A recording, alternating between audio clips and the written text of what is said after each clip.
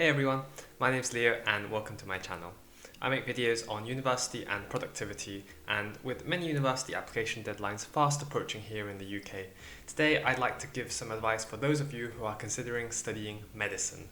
I'll be going over 5 things I wish I had considered before I applied to medical school back in 2016, as well as a few reasons as to why you should apply at the end of this video. If you don't want to hear my personal story, you can skip to the timestamps listed on the screen now. Otherwise, without further ado, let's hop into it. Let's cast our mind back to the year 2016, a simpler time for many of us. I had decided to apply to study medicine at university, something I had been dreaming about for the previous 2 years. After an arduous application process consisting of multiple entrance exams and interviews, I was accepted into Imperial College London, due to start in the autumn of 2017. A dream come true, right? Well, not quite. Exactly 1 year after starting my dream course, I found myself dropping out of both my course and the university. I hadn't done too great in my end of year exams, and even though I was allowed to stay on after a bit of negotiating, ultimately I made the decision to leave medical school forever. Somehow my expectations of medical school and medicine as a career had not matched up to the reality, and despite me finding some aspects of the experience enjoyable, my decision ultimately stemmed from my misplaced motivations to study medicine in the first place, which I'll be going through in this video. Reason number 1 as to why you shouldn't study medicine is if you face pressure from parents or family in general to do so. This is often the case when you have a history of having doctors in your family, whether this be from parents, grandparents, or even older siblings, all of whom take pride in their career choice and would love for you to carry on the family tradition. Now, there's absolutely nothing wrong with family who encourages you in a certain professional direction, nor is it wrong to be inspired by seeing other doctors in action on a regular basis, especially if you're unsure which direction you want to take. The problem arises when your sole source of motivation comes from wanting to please your parents, as if you're letting them make this all-important life decision for you. I know that every family situation is a bit different, but the bottom line is that your family is probably only pushing you because they think it's what's best for you. Sometimes it takes you being confident in voicing your own honest thoughts and opinions to them, for them to understand that perhaps medicine isn't for you, and from there coming to a decision on your future together based on your own strengths and interests. At the end of the day, if your heart isn't truly in it, medical school and beyond will be an immensely unenjoyable and unrewarding experience for you, and even your medic-minded family will come to realize that they'd rather you do something else than carry on in this way. So maybe you want to please your parents, or maybe you just want to please as many people as you can around you. This is often the mindset of those seeking prestige, which is the second reason of this video. It's no secret that, in many parts of the world, being a doctor is seen as an admirable and respectable career, and rightly so in my opinion. They're literally saving lives on a daily basis. Perhaps seeing doctors around you being lauded with praise for their efforts, or being inspired by the protagonist from your favourite medical drama has added to this image, and there's certainly nothing wrong with wanting to be respected in whatever job you choose to do. The true test of your dedication to medicine, however, is how you react when the prestige of your profession is being questioned.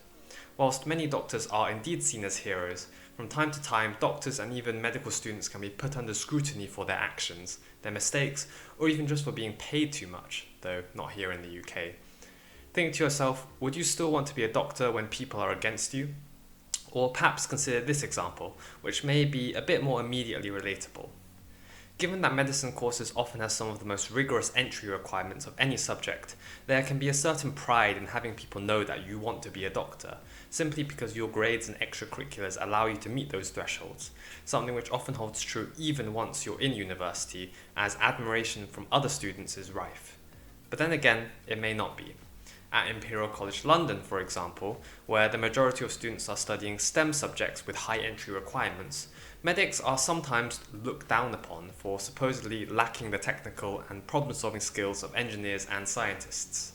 Whilst, of course, this isn't always the case and may seem rather silly to some, if one of your reasons for studying medicine is because you want everyone to think that you're smart, then you may want to reconsider. Prestige and money often go hand in hand when it comes to careers, which brings us to the third reason of our video, being that you should not go into medicine if money is your primary motivator for becoming a doctor. This isn't going to be a moral discussion into how important money is or what the correct amount is that doctors should be paid, but rather we will focus on the facts. The average salary for a doctor varies widely across the world, though we'll mainly be focusing here on the UK. Taken directly from the National Health Service website, as of 2022, Doctors in training, i.e. those who have just graduated from medical school, earn a basic salary of £29,384 to £34,012. Following 2 years of foundation training, most doctors will then begin their specialist training, lasting anywhere between 3 to 8 years, during which they'll start with a basic salary of £40,257 to £53,398 per year. Specialty doctors can have a basic annual salary ranging anywhere from £50,373 all the way to £91,584, whilst consultants, the most senior grade of hospital doctors, can earn anywhere between £88,364 to £119,133 annually. For comparison, the median annual salary in the UK, according to the Office for National Statistics, is between £26,096 and £35,904 depending on your age. From these figures alone, it may seem like there is a clear financial appeal, though in truth they do not tell the whole story. Medicine degrees in the UK usually take 5 to 6 years to complete, almost twice as long as most others, the latter half of which you'll be spending in clinical placements with schedules and responsibilities resembling those of junior doctors as time goes on, minus the pay. With long hours being spent not only in hospital rotations but also studying outside of those hours, the price of money alone is unlikely to be able to pull you through the long, arduous journey. Even once you've graduated and become a doctor, it can take many years and a lot of hard work, including several exams, before you can even begin to earn the amounts I mentioned earlier. And that's not factoring in the long working and studying hours which are unlikely to improve once you're out of medical school, meaning you have less time to enjoy the money you eventually do earn outside of work. The majority of your time will be spent practicing medicine, so as cliched as it sounds, you really do have to enjoy the process to survive in this field, rather than primarily being motivated by the monetary prize at the end. As I said, a career in medicine really does mean a big chunk of your life spent in service to the healthcare needs of others, without trying to sound too dramatic. You may enjoy practicing medicine and have no problem with that, until you realise what that means for your other interests outside of work. Most people will understand the need to reduce time spent on hobbies in favour of a demanding profession, but what if those hobbies eventually scaled up and continue to take up more and more of your time?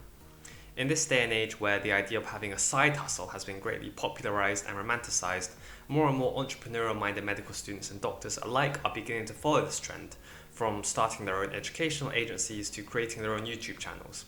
And whilst this can be a rewarding experience in and of itself, problems can start to arise once this side hustle begins to grow and demand more of your time.